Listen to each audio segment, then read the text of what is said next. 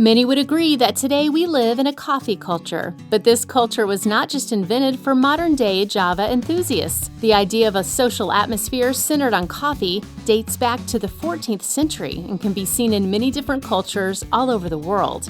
In the late 17th and 18th centuries, coffee houses in London were a popular place to meet, particularly for artists. These days, coffee and art still have a connection, especially at a new spot in downtown Lexington, Kentucky. It seems we're all on a quest for a good cup of joe, but add local art to the mix and you've got a winning combination. Today we're gonna drink coffee, make art, and shop local. What could be better? Tim's the coffee guy and Ellie is the artist. Together, this husband and wife team are sharing beautiful art and fabulous coffee with the community. They feature over 70 artists here, in addition to other handmade products. 98% of the items are made right here in Kentucky. 1.5% come from out of state or are international. The other 0.5% is manufactured goods. And if that's not enough to make you feel good about supporting this shop, all their coffees and teas are organic, fair trade. I'm here with Ellie and Tim Harmon, and they are the co-owners of High on Art and Coffee. Wow, you guys have done a lot really in the short time that you've been open so far. We started out with a small amount of artists, and I was very concerned that we weren't going to fill the place up, and I thought I was going to be up all night painting and making jewelry, and the support from the community has been wonderful. We've had artists come out of the woodwork, basically, and we're now at 76 artists and counting, and it's just so exciting. Well, and it seems like every time customers come in, I hear them say, wow, you've done even more since the last time I was here, and they seem very impressed. Yeah, every day we seem to get another person that wants to bring more art, and I love it. It's just wonderful being surrounded by all the cool stuff. Well, and I know you have a lot, of course, you're an artist, and we will get to that, but you have some culinary art, too. I mean, I ate some of the food here. We had lunch here. Man, you were not kidding around with that potato salad. That was really good. Yeah, we try and do as much homemade and Kentucky-based products as we can. Like the herbs I use in my chicken salad, we grow outside here, and it makes all the difference. Well, and you're using family recipes too, right, for some things? Oh yes, for sure, definitely. And you sell your chicken salad, I noticed, in the cold case there, so that must be a popular one. We're selling it by the pound now. Yeah, and that's it's hard good to keep it stocked some days. Yeah, very good. Well, that on its own could be a successful business, just standalone. And then you have this art store here that I know you're very much the reason behind, and it's wonderful. I mean, in every corner there's something new. Yeah, I tell people that if you haven't found something you like, just keep looking. It's just stuff everywhere, and it's great. And they're almost all local, right? I mean, there's a large percentage. Yeah, about 98% is local, and then we have a small percentage of out-of-state or out-of-the-country artists. We actually have an artist from Bosnia, one from Canada, and one from Mexico. Wow. And a very small percentage of manufactured goods. Our price range is from $2 to $800. So there's something in everyone's budget. Yeah, which is nice, especially for people that are just starting to maybe collect art and things. They can kind of come in, because these prices are going to be different than maybe somewhere else, and so it's a good place to start. Absolutely, and we have a lot of students and graduate students in the area, and that's exactly what they do. They come in and say, well, we just got our first apartment, and we've been looking at this, and this is our first piece of art for our new apartment, so it's really exciting. And of course, then there's people who've had households for years that come in and find something new to add to what they already have. Sure. Well, and you're also helping artists, because I know art is a tough thing. I mean, to have someone show your art and to kind of be shown in a gallery, sometimes it feels like winning the lottery, right? Really, a lot of galleries are juried, and you have to be liked by everyone, and art is subjective. Yeah. Not everybody likes everything, so our goal is to not turn someone away.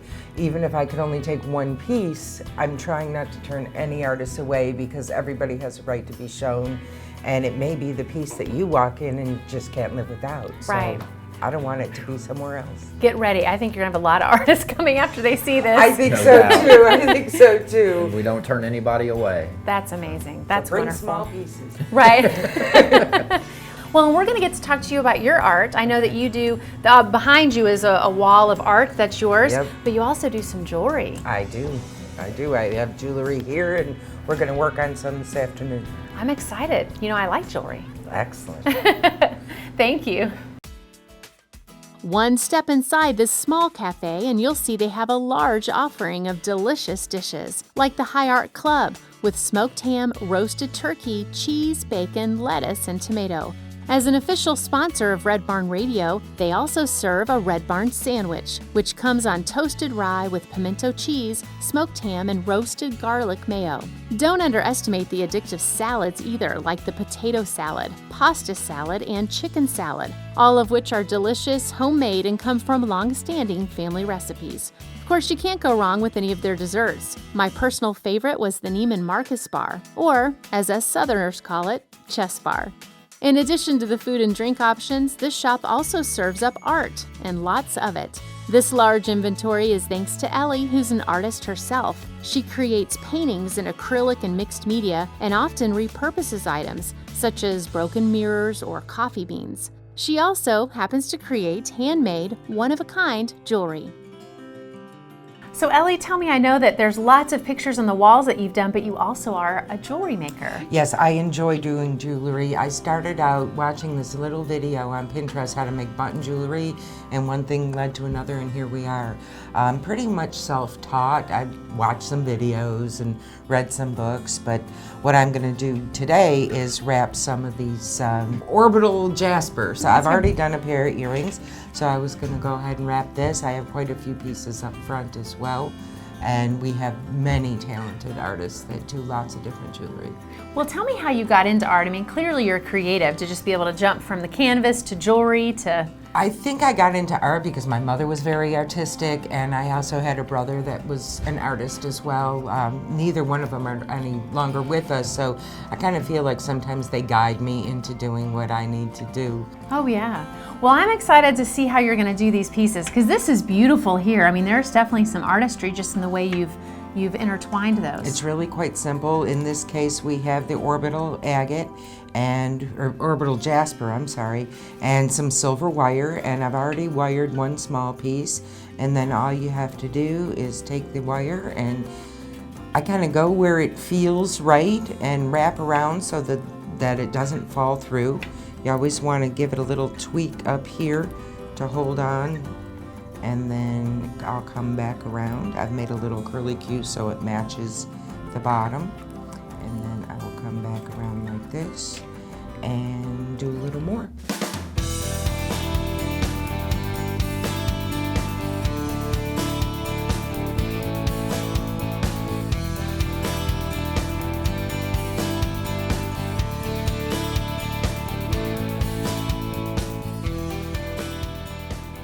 Ellie also makes custom pieces using buttons or jewelry left by a loved one. This makes a one-of-a-kind piece that has real sentimental value.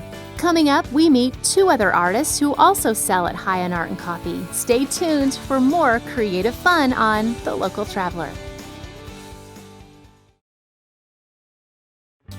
Today, we're sipping hot java and shopping artistic creations at High on Art and Coffee near Woodland Park in Lexington. We talked with Tim and Ellie Harmon about the idea for their new shop and saw a few of their standout menu items. We even got a jewelry lesson from Ellie, and now it's time to meet another talented artist. She's a columnist and published writer from Georgetown who discovered her artistic side later in life after her child-rearing duties began to wind down. Now she uses acrylics, pastels, and charcoal to create beautiful works of art. I'm here with Margie Rigney, and she's an artist at High on Art and Coffee. Correct. You show a lot of different places, but this is Right. one place where your work is. Right. When Ellie noticed when she put on Facebook that she was taking in artists, I think I was the first one here. And I live in Georgetown, so I had to really beat feet to get here. You were committed. I was committed at that point. So I bought some large work, and she made room for it. But some of my work is 4 feet wide or 5 feet wide. So working in smalls is harder for me than working in large pieces. Sure. Well, tell me a little bit about how you got started. I know reading a little bit online, it sounds like this was kind of a passion that you discovered a little later in life. Yeah, after my kids were grown. I had originally gone to UK for art, and then went into journalism, and I was a stay-at-home mom who wrote a column for the local newspaper about family life for almost 10 years. And then my husband started traveling, and I needed to find something else to do. So I started painting. I went down to the store and bought myself a really inexpensive acrylic set and did 2 sets and just posted them. People liked them, so I sold one. And then after I sold that one, I went and got better paints and better canvases and just kind of worked my way up from there, you know, getting your feet wet. It's something I'd always done but never thought about selling. You know, I'd always done it for family or friends. Sure. But now I like it so much I do it as a full-time job. Well, and I noticed too, you know, you're out here painting today, and this is a great spot. We're in downtown Lexington. You can hear the sounds of all the stuff happening around you, and yet you're in a very peaceful spot here at High on Art and Very Coffee. serene. Yeah. I can see a lot of people coming back here in the summer and really getting their paint on and enjoying themselves because it's a safe place to do that. Sure. But yeah, you've got all the fun Right. stuff happening around you, so there's a lot of energy and life happening. And free coffee, maybe. Who knows? Hey, that's an angle you need to work. You're right. Well, I'm excited to see you at work. I know you brought an easel and I did.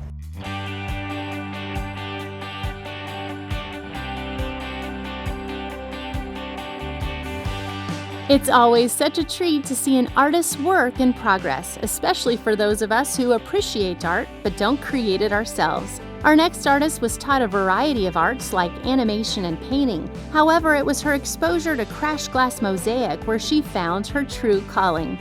Next, we learn more about artfully assembling small pieces of colored glass, stone, or other materials to create a masterpiece. I'm here today with Linda Shirley, and she's an artist at High on Art and Coffee. Wow, you do some incredible work here. I'm noticing there's lots of this colorful stuff behind us, and that is most of your work.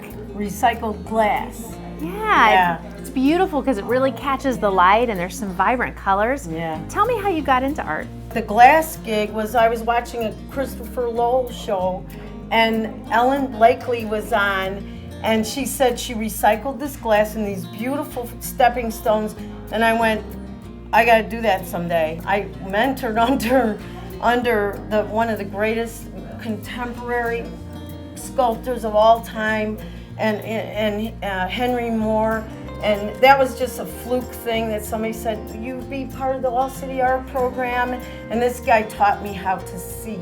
Well, and you have another special piece, Yeah. something here. You had just dropped this off, right, to be able to be shown here. Tell me about it. I think there's some special pieces in here. Oh yeah, this is a gift to my sister Janice, and this was her 50th birthday present. And that all the buttons on this were my mom's, and my mother passed away when I was a teenager, and so it's a very special piece. Absolutely, because your mom is what really helped you kind of get into art and find I did it. not know she was an artist until right before she died, and blew my mind. Yeah. It was awesome. This is wonderful. Well, and you're going to show us some of the stepping stones that really got you into art outside, right? We're going to get to see you at work. Yeah, I got a piece for you. Okay, good. I'm excited to see it. Cool. Thank you. No problem.